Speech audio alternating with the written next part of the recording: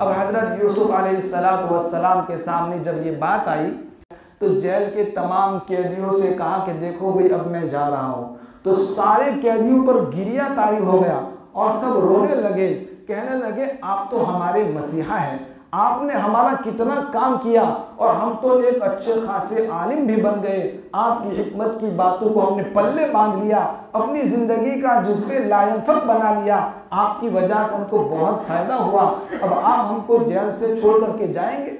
तो कहा कि भाई बादशाह का बुलावा आया है इसलिए मैं जाना चाहता हूँ। इसलिए दोस्तों हम अपने अखलाक को ऐसे बनाएं कि घर छोड़ करके भी जाएंगे तो अड़ोस पड़ोस के लोग परेशान है, भाई ये आदमी कहाँ गया, है ना। और अगर अखलाक अच्छे नहीं होंगे तो खस कम जहाँ पाक, मुसीबत टली, बला टली, है ना, ऐसे लोग कहेंगे। अगर अखलाक अच्छे होंगे तो सब लोग तरसेंगे, मरेंगे तो रोएंगे।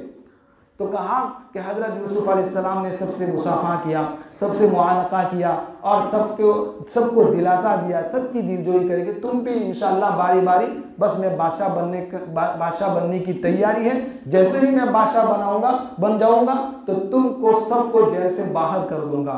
चुनांचे हजरत यूसुफ अलैहिस्सलाम बड़ी बान और शान के साथ जेल से निकल रहे हैं। तो आप लोग भी बड़ी आन बान शान के साथ आइंदा जुमेरात को इसी तरह मजलिस में पहुंचिएगा, इंशाअल्लाह बहुत फायदा होगा। अल्हम्दुलिल्लाह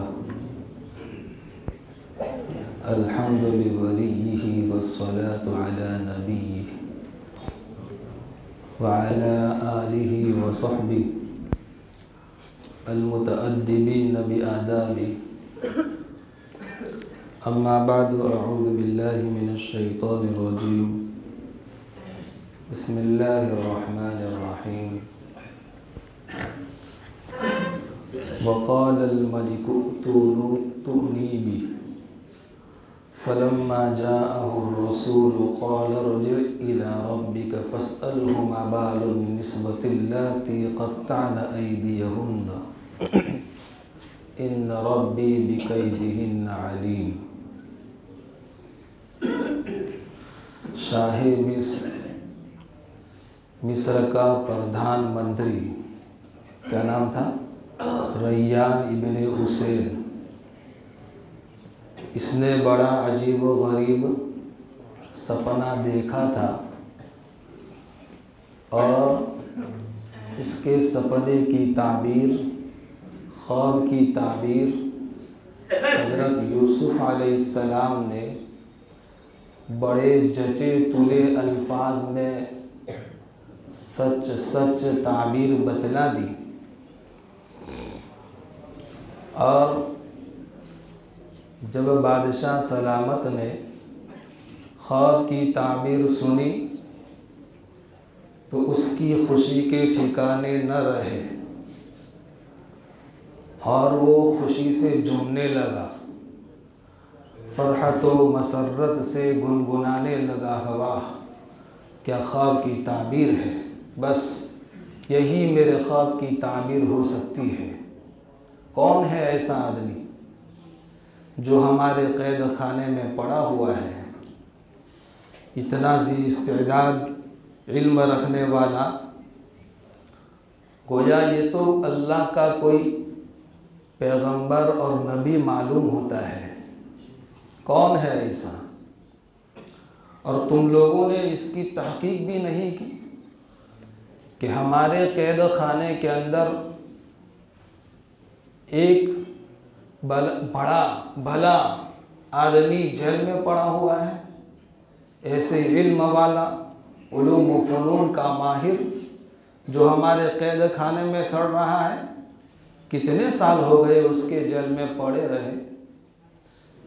मैं तो गुस्से में हूँ, इसको जल्दी फटाफट मेरे दरबार में हाजिर करो। मेरी आंखें उसकी दीदार के लिए तरसती हैं, मेरा कल्बो जिगर परेशान है। कौन है वो आदमी? फटाफट इसको मेरे दरबार में हाजिर करो।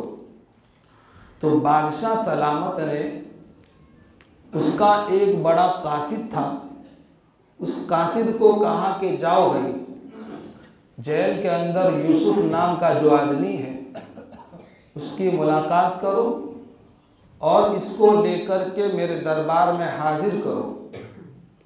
तो वो कासिद कूदता कूदता खुशी खुशी जेल के दरवाजे पर पहुंचा। उसने आवाज़ लगाई, ऐ यूसुफ, चलो। कहाँ? बादशाह सलामत तुम्हें याद कर रहे हैं, बादशाह सलामत तुम्हें बुला रहे हैं।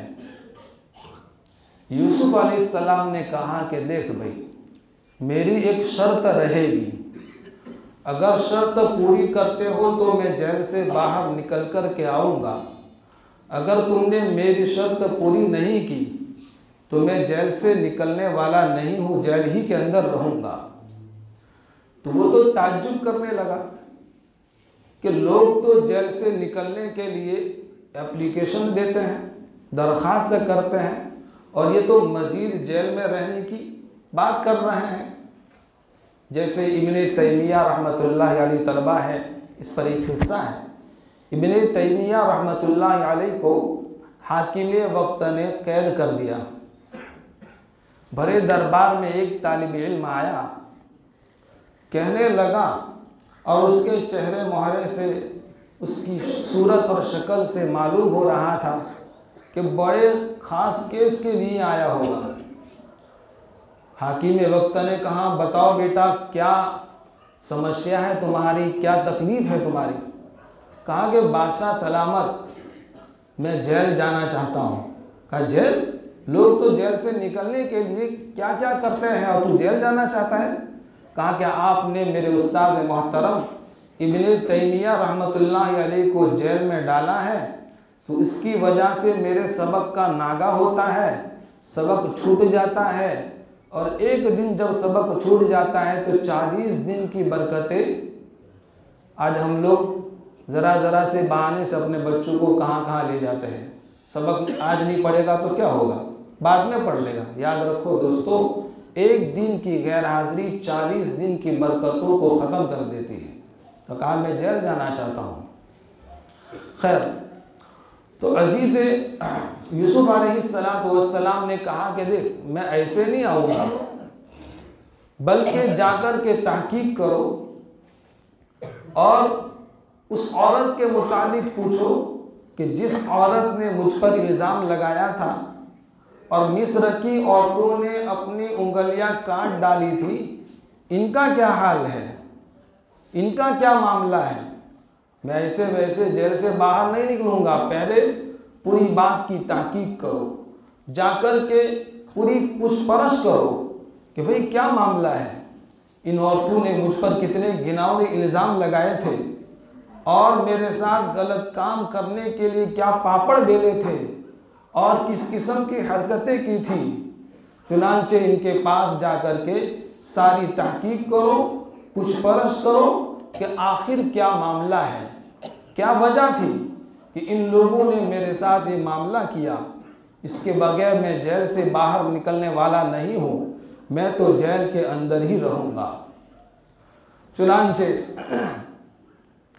अब देखिए, हज़रत यूसुफ अलैहिस्सलाम ने जब ये बात कही तो वो आदमी बादशाह के पास आया और बादशाह के पास आकर के कहने लगा कि भाई यूसुफ तो इस किस्म की बातें कर रहे हैं, यूसुफ कह रहे हैं कि भाई मैं जेल से छूटने वाला नहीं हूँ, पहले उन औरतों की तहकीक करो कि इन औरतों ने मुझ पर जो इल्ज़ाम लगाए थे और मेरी बदनामी का जो धब्बा इन्होंने लगाया था। अब देखिए हज़रत यूसुफ अलैहिस्सलाम क्यों कह रहे हैं, इसलिए कह रहे हैं कि हज़रत यूसुफ अलैहिस्सलाम का कहना यह है कि अल्लाह ताला तो जानते हैं कि मैं बेकसूर हूँ और बेगुनाह हूँ, जुलेखा भी जानती है कि मैं बेकसूर हूँ और मैं बेगुनाह हूँ, लेकिन मिस्र का बादशाह जानता नहीं है कि मैं बेकसूर हूँ, बेगुनाह हूँ। और इसी तरीके से मिस्र की जनता, मिस्र की पब्लिक और मिस्र के लोग भी नहीं जानते कि मैं बेगुनाह हूँ, बेकसूर हूँ। इसलिए मैं इस बात की तहकीक करना चाहता हूँ। इसलिए कि हज़रत यूसुफ अलैहिस्सलाम ने बातिन की नज़र से देख लिया था कि मुझे बादशाह अल्लाह ताला बनाने वाले हैं, मुझे एक मकाम मिलने वाला है और मेरी एक इज़्ज़त होने वाली है और जब मैं बादशाह बन जाऊंगा तो लोगों के दिलों में यह ख्याल पैदा होगा, यही तो यूसुफ है जिसने जुलेखा के साथ गलत काम किया था, आज ये बादशाह बन गया। तो लोगों के दिलों में ये ख्यालात आएंगे, ये वसाविस आएंगे, भाई चलो जो करना चाहो करो, 2 नंबरी करो, झूठ बोलो, दगा दो, सब कुछ करो, बादशाह बन जाते हैं। देखो ये बादशाह बन गया, इसलिए लोग ये ख्याल करेंगे कि भाई 2 नंबरी करने वाला बादशाह बड़ी आसानी से बन जाता है, तो चलो अपने भी 2 नंबरी करो, अपने भी ढकोसलाबाजी करो, अपने भी झूठ बोलो, अपने भी गलत कामों में मुब्तला रहो, तो हमको भी बादशाह बनाया जाएगा।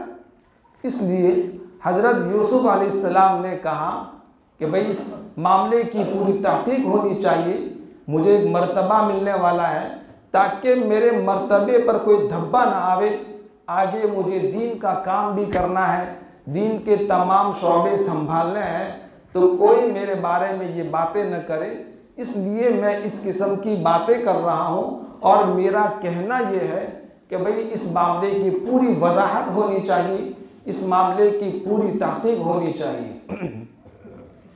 इसलिए दोस्तों याद रखें, जो भी कोई झूठ बोलेगा ये कभी भी कामयाब हो सकता नहीं है। एक मुफ्ती साहब थे जो बयान कर रहे थे और उसमें हजरत फरमा रहे थे कि 2 नंबरी करने वाला कभी भी कामयाब नहीं हुआ, झूठ बोलने वाला कभी भी बामुराद नहीं हुआ। तो उस मजमे के अंदर बड़ी उम्र के एक चचा थे, वो कहने लगे चालू बयान के अंदर, मुफ्ती साहब, मौलाना साहब, हमारे मुआशरे में कुछ लोग ऐसे हैं, झूठ बोलना इनका सेवा हो चुका है, दगा देना इनका एक रवैया हो चुका है, और सूद की रकमों में पड़ना, सूद का खाना इनकी आदत बन चुकी है। लेकिन हम देखते हैं कि बहुत आगे बढ़ रहे हैं, बहुत तरक्की कर रहे हैं। तो मुफ्ती साहब ने 2 जवाब दिए। एक जवाब तो दिया कि देखो, झूठ बोलने की वजह से, हेरा फेरी करने की वजह से, धोखा देने की वजह से आदमी वक्ती तौर पर कुछ सालों के लिए वो ऊपर रहेगा, आगे बढ़ेगा, लेकिन एक वक्त उस पर वो आएगा कि जिसकी वजह से उस पर ऐसा हाल तारी होगा कि लोगों के लिए इबरत का नमूना बन जाएगा। फिर कोई उसको कंधा देने वाला नहीं होगा, कोई उसको उठाने वाला नहीं होगा। और दूसरी बात कही कि देखो, हम ईमान वाले हैं, हम मुसलमान हैं, हमारी नज़र तो आखिरत पर होनी चाहिए, और हमारी कुल कायनात, कुल सरमाया ये आखिरत है। ईमान वाले की नज़र दुनिया की ज़ाहिरी तरक्की और प्रगति पर नहीं होती, बल्कि ईमान वाले की नज़र तो आखिरत पर होती है कि आखिरत के अंदर खुदा न खास्ता अगर अल्लाह तबारक व ताला ने हराम रोज़ी, धोखेबाजी, ढकोसलाबाजी, हेरा फेरी की वजह से अल्लाह ने अजाब में पकड़ लिया, तो फिर कोई उसको अजाब से बचा सकता नहीं है। वो हमेशा के अजाब में हो सकता है कि उसके दिल से ईमान भी निकल जाए, और जब ईमान निकलेगा तो समझो कि वो हमेशा हमेशा जहन्नम में। इसीलिए शेख ज़करिया रहमतुल्लाह अलैहि ने फ़ज़ाइल आमाल में लिखा है, अफसोस उस पर नहीं जो मस्जिदों में रहा, मुसलमानों के रजिस्टर में उसका नाम रहा, और बग़ैर ईमान के दुनिया से गया। अफसोस उस पर नहीं है, बल्कि अफसोस उस पर नहीं है जो मंदिरों में रहा, हिंदुओं के रजिस्टर में उसका नाम रहा, और ये ईमान के साथ गया, ये ईमान के साथ गया। इसलिए दोस्तों, बाज़े ऐसे गुनाह होते हैं कि जिस गुनाह की वजह से ईमान सीनों से गैर महसूस तरीक़े से निकल जाता है। इसलिए हज़रत यूसुफ अलैहिस्सलाम कह रहे हैं कि उन औरतों के बारे में पूरी तहकीक करो कि इनका क्या हाल है, क्या माजरा है।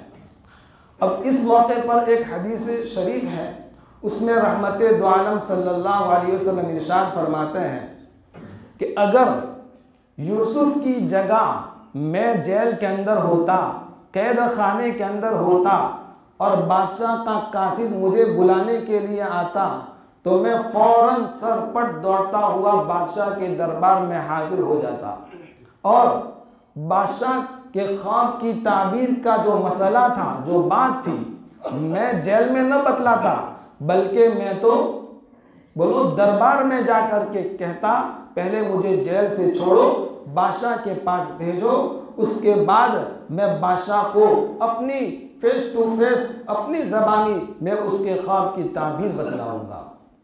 अब ऐसे मौके पर आम इंसानों के लिए रसूलुल्लाह सल्लल्लाहु अलैहि वसल्लम की बात तो बहुत सही है, बिल्कुल सही है। क्यों? इसलिए कि रहमते दो आलम सल्लल्लाहु अलैहि वसल्लम को पता था, आपने बातिनी नज़र से देखा था का बादशाहों का कोई ठिकाना और कोई भरोसा रहता नहीं है। बादशाह जब मूड में होते हैं तो ऊंट भी निकल जाता है और मूड में नहीं होते तो अंडा भी निकलता नहीं है। अल्लामा इकबाल कहते हैं, हम आह भी करते हैं तो हो जाते हैं बदनाम, हम आह भी करते हैं तो हो जाते हैं बदनाम, लोग कत्ल तक करते हैं चर्चा तक नहीं होता। तो बादशाहों का कोई ठिकाना नहीं है, इनके मूड का कोई भरोसा नहीं है।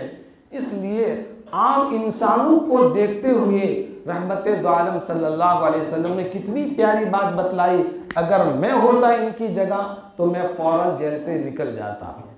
और हजरत यूसुफ अलैहिस्सलाम की बात भी सही है। क्यों? इसलिए कि हजरत यूसुफ अलैहिस्सलाम ये तहकीक करना चाहते थे, कहा कि जिन औरतों ने मुझ पर इल्ज़ाम लगाए थे, मुझे बदनाम करने की कोशिश की थी, उनका क्या हाल है? वो सच पर है, वो हक पर है कि मैं हक पर हूँ, वो सच है कि मैं सच्चा हूँ, कौन सच्चा कौन झूठा, बस इसके फर्क के लिए हजरत यूसुफ अलैहिस्सलाम ने ये बात कही। तो दोनों की बातें सच्ची, हमारे पाक नबी पाक सल्लल्लाहु अलैहि वसल्लम की बात भी अपनी जगह सही और हजरत यूसुफ अलैहिस्सलाम भी अपनी जगह, इनकी बात क्या है भाई? सही है।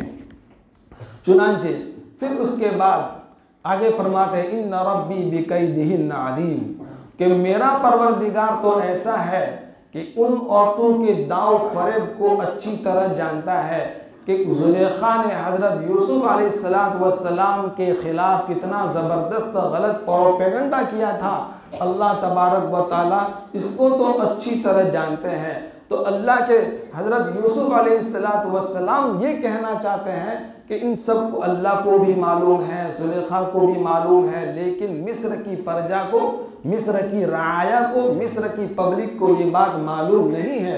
इसलिए हजरत यूसुफ अलैहिस्सलाम सराहत करना चाहते हैं।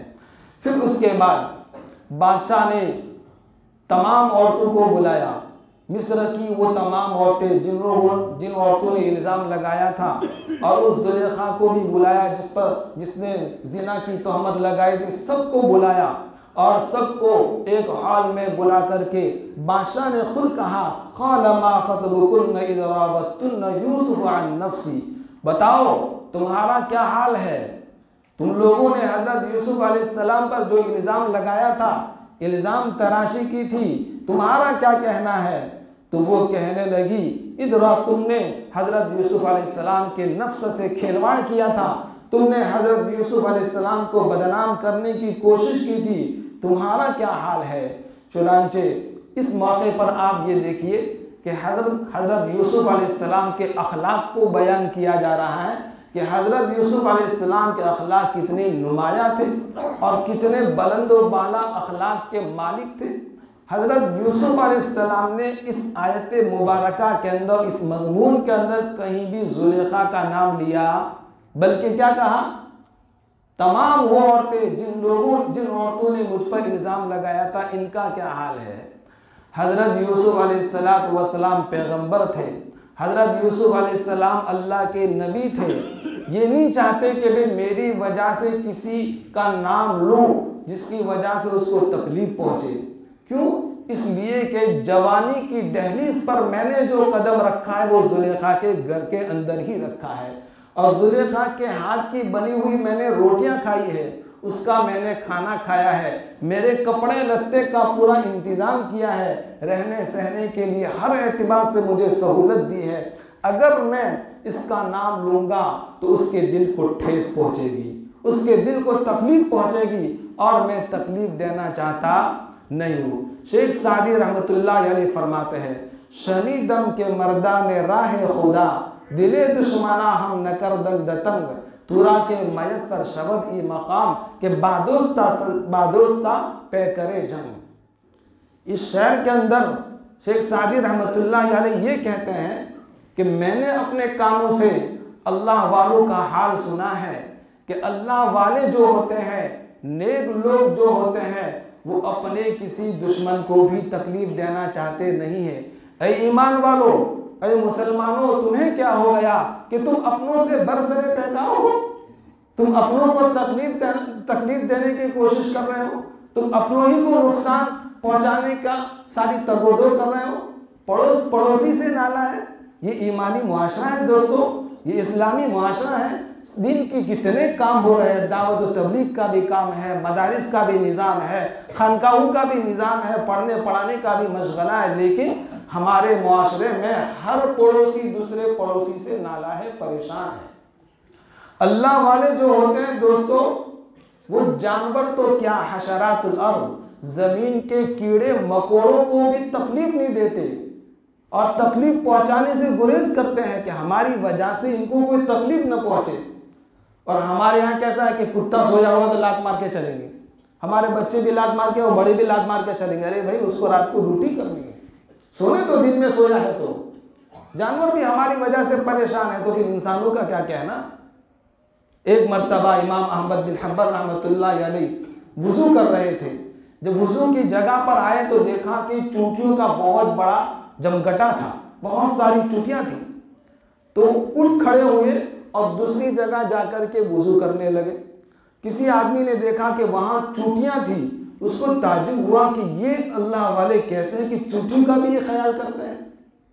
एक मर्तबा मुजद्दिद अल-फैसानी रहमतुल्लाह अलैह इस तहज्जुद के लिए उठे और ठंडी बड़ी कड़ाके की थी, बड़ी सख्त ठंडी थी।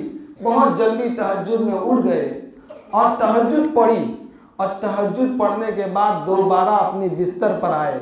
इन्होंने हदीस सुनी थी कि अत-तहज्जुदु बैनन नौमैन, कि तहज्जुद दो नींदों के दरमियान होनी चाहिए। चुनांचे वो तहज्जुद पढ़ करके, अपने मामूलात करके, अपने वज़ाइफ करके, कुरान की तिलावत करके, दोस्तों हमें भी तहज्जुद का पाबंद बनना पड़ेगा। जिसने भी तहज्जुद की पाबंदी की है, अल्लाह ताला ने उसकी सेहत में भी बरकत तार हो। शायर कहता है, अत्तार हो, रूमी हो, राजी हो, गजाली हो। अत्तार हो, रूमी हो, राजी हो, गजाली हो, कुछ हाथ नहीं आता बेआहे सहरगाही। जिनसे भी अल्लाह ने दीन का काम लिया है वो सब तहज्जुद गुजार थे, तहज्जुद के पाबंद थे। कितनी लंबी रात है, इसी तहज्जुद के लिए इरादा करेंगे इंशाअल्लाह तहज्जुद की हम पाबंदी करेंगे।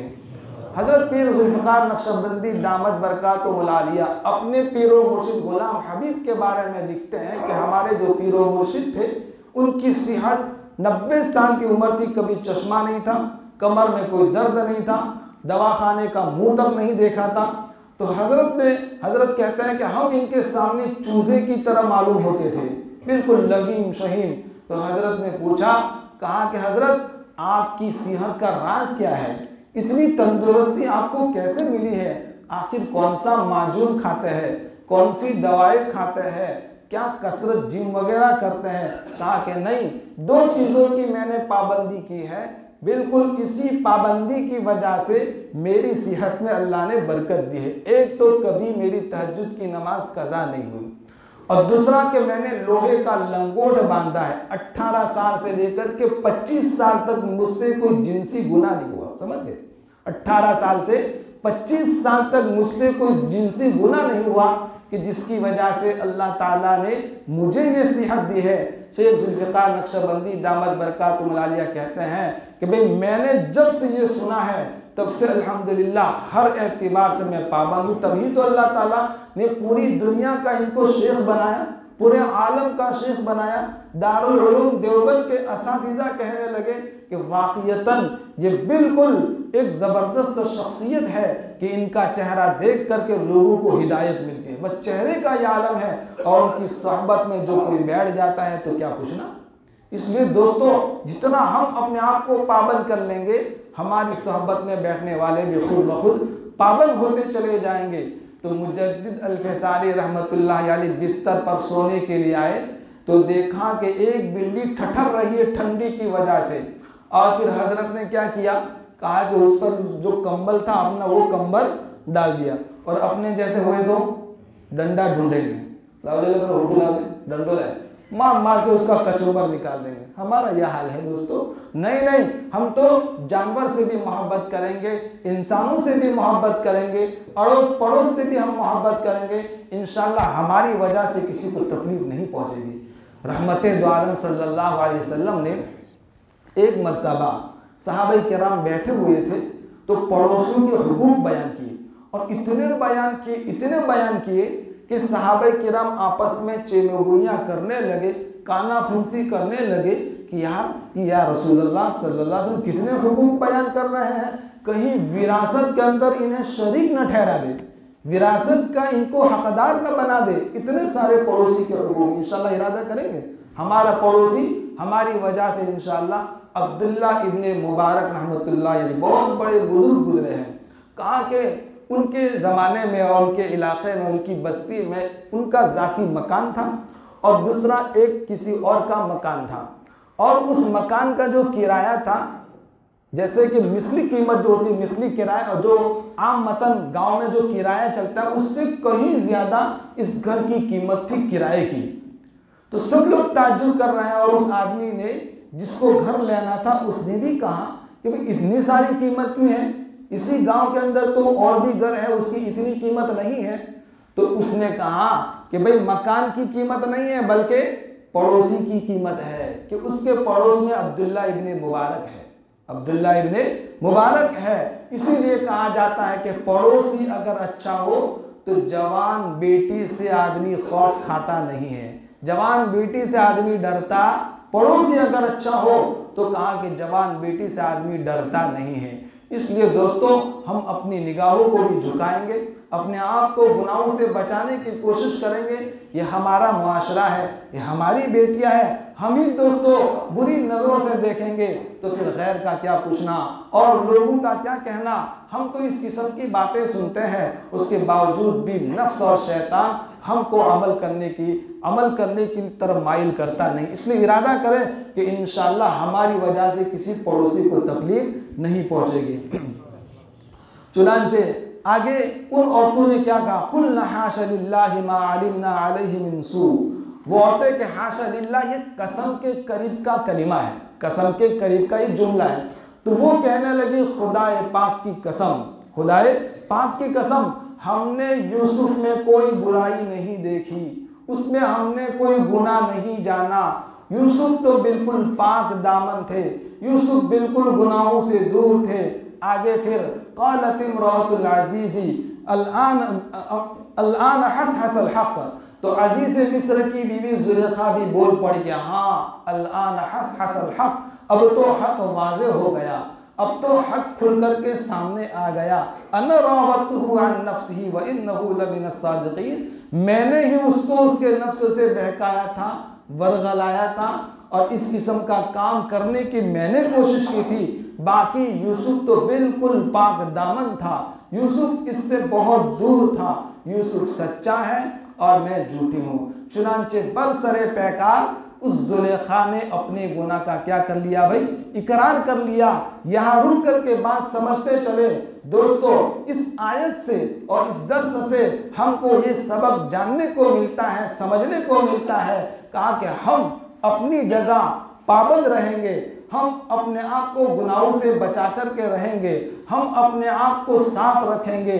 दुनिया की कोई निगाह, दुनिया की कोई उंगली, दुनिया का कोई कीचड़ हमारी तरफ नहीं उछलेगा, और अगर उछलेगा कोई उंगली करेगा तो अल्लाह तबारक व तआला की तरफ से इंशाअल्लाह गुनाह से बरी का परवाना अल्लाह लिख देंगे, और दुनिया देखेगी, दुनिया जान जाएगी कि नहीं बिल्कुल ये तो बड़ा आदमी पाबंद था। इसलिए अगर हम अपने आप को पाबंद रखेंगे, देखिए जुलेखा ने हजरत यूसुफ अलैहिस्सलाम पर कम कीचड़ उछाला था, कम बदनाम किया था, दिन रात बस उसी का यही मशगला था। लेकिन अल्लाह तबारक व तआला ने सबको दिखला दिया पूरे मिस्र की जनता और पब्लिक को पता चल गया कि यूसुफ अलैहिस्सलाम गुनाह से बरी है, यूसुफ अलैहिस्सलाम गुनाह से पाक है, यूसुफ अलैहिस्सलाम बेकसूर है, यूसुफ अलैहिस्सलाम बेगुनाह है। तो बेगुनाही बमांगे दुहल तमाम लोगों के सामने जाहिर होकर के रही।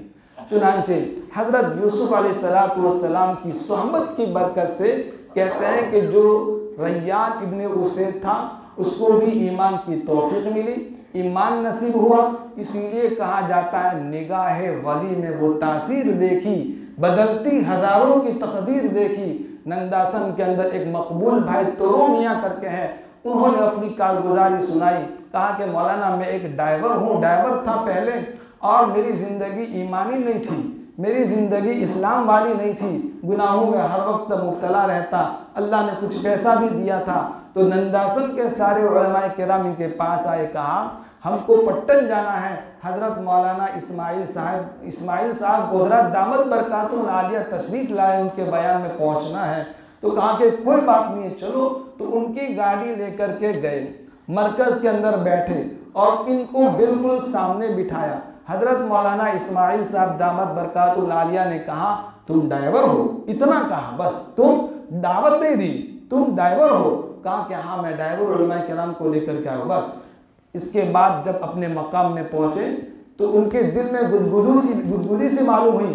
कहा कि मैं अल्लाह के रास्ते में जाना चाहता हूँ। तो 4 महीने के लिए अल्लाह के रास्ते में जब गए हैं तो कहते हैं कि आज की तारीख में अल्लाह ने इतना माल दिया कि 7 लाख की छोटी एक मस्जिद उन्होंने बनाई है। 7 लाख की एक छोटी मस्जिद, अपने पैसों से, किसी का 1 रुपया भी लिया नहीं। मैंने कहा कि अब इस मस्जिद का नाम लिख दो बेचंदा मस्जिद। इस मस्जिद का कोई चंदा हुआ नहीं है, बगैर चंदे के बस अपना जाती पैसा लगा है, अपनी जाती लागत लगी है। देखो अल्लाह ने कहां से कहां तक पहुंचा दिया। जितने भी इज्तिमा होते हैं वहां पर तमाम बुजुर्गों को अपनी गाड़ी बिल्कुल फ्री कर देते हैं। तो अल्लाह का इसीलिए कहा भाई मालदार बनने का सबसे आसान रास्ता है कि आदमी सखावत करना शुरू करे, अल्लाह के माल अल्लाह के रास्ते में देना शुरू करे, तो इंशाअल्लाह अल्लाह उसकी रोजी में बरकत देगा। एक मामूल भी मुझे याद आया। देखिए जो भी आदमी रोजी के एतबार से परेशान हो, हदीस में रहमत दो आलम सल्लल्लाहु अलैहि वसल्लम इरशाद फरमाते हैं कि जब भी घर में जावे तो सलाम करे। सलाम तो सब करते हैं अल्हम्दुलिल्लाह, और साथ में दुरूद शरीफ पढ़े सल्लल्लाहु अलैहि वसल्लम छोटा, और फिर कहा कि एक मर्तबा कुल हुवल्लाह की छोटी सूरत पढ़े, कुल हुवल्लाह की, है ना, एक मर्तबा पढ़ेंगे तो 3 कुरान पढ़ने के बराबर का सवाब है। इसलिए जब भी हम किसी की मौत का ऐलान सुने तो कहे कि उसी वक्त 3 मर्तबा पढ़ ले पूरे कुरान का, इसको क्या मिल जाएगा, नियत कर ले, सवाब मिल जाएगा। 1 मर्तबा यासीन शरीफ पढ़ेंगे तो कितने कुरान का सवाब, 10 कुरान करीम का माशाल्लाह क्या मिलेगा, उसको सवाब मिलेगा। तो घर में जावे तो सलाम करे और दुरूद शरीफ पढ़े, कुल हुवल्लाह की सूरत पढ़े। रहमत दो आलम सल्लल्लाहु अलैहि वसल्लम इरशाद फरमाते हैं कि घर में उसकी रोजी दरवाजे तोड़ करके आएगी, घर में उसकी रोजी दरवाजे तोड़ करके आएगी। और दूसरा मामूल भी सुनते चले, हजरत मुफ्ती ज़रवली खान रहमतुल्लाह अलैह का बताया हुआ अल्लाहु लतीफ़ुन बिइबादिही यरज़ुक़ु मन यशा व हुवल क़विय्युल, इस आयत को 70 मरतबा अपनी नशिस्तगाह में फजर की नमाज के बाद फौरन पढ़े। अल्लाहु लतीफ़ुन बिइबादिही यरज़ुक़ु मन यशा। मैं कोई बड़ाई नहीं कर रहा, अल्हम्दुलिल्लाह कुरान करीम की बरकत से 2 मरतबा में आया, मेरा किराया नहीं हुआ। खली से नंदासन जाते अल्हम्दुलिल्लाह अक्सर मेरा किराया नहीं हुआ। मैं अपने साथियों को भी कहता हूँ कि अल्हम्दुलिल्लाह किराया अल्लाह अपने खजाने गायब से अल्लाह ताला मदद करता है। इस किस्म के मामूलात करेंगे तो अल्लाह हमारी रोजी में बरकत देगा। और तीसरा मामूल ये है कि जब हम वुजू करें तो सब दुआ पढ़ते हैं, अल्लाहुम्मा ग़फ़िरली ज़ंबी पढ़ते हैं, ववस्सिअली फ़ी दारी वबारिक ली फ़ी रिज़्क़ी, अल्लाहुम्मा ग़फ़िरली ज़ंबी। मौलाना अख्तर मेमन रहमतुल्लाह अलैह कहते हैं, कहा कि जब हम ये दुआ पढ़ेंगे इस दुआ की बरकत से हमारे गुनाह क्या हो जाएंगे, माफ़ हो जाएंगे। फिर उसके बाद अल्लाहुम्मा ग़फ़िरली ज़ंबी कहा, फिर कहा ववस्सिअली फ़ी दारी, जब गुनाह माफ़ होंगे तो हमारे घर को अल्लाह ताला क्या कर देगा, वसी कर देगा। जब बड़ा घर होगा तो मेहमान ज्यादा आएंगे, तो मेहमानों के लिए खाने का इंतजाम चाहिए, तो फरमाया ववस्सिअली फ़ी दारी वबारिक ली फ़ी रिज़्क़ी, मेरी रोजी में भी अल्लाह ताला क्या दे।